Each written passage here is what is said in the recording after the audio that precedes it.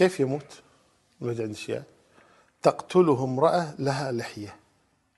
هذا كلام، هذا كلام، هذا كلام. بعد كل بنوا جبلا عظيما جدا ثم ماذا؟ تراه منتبرا وليس فيه شيء. بعد كل هذا تقتل امرأة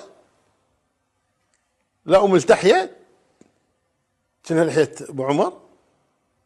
هل يصلح هذا؟ امرأة تقتلوه وين منين جبت امرأة لها لحية؟ انا بعرف اول شيء.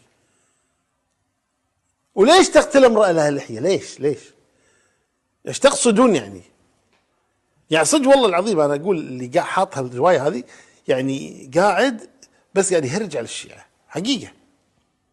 خل اضحك عليهم، يلا ختامها زفت، خل اخربها عليهم مرة واحدة. ابشركم ترى تقتلهم امرأة لها اللحية.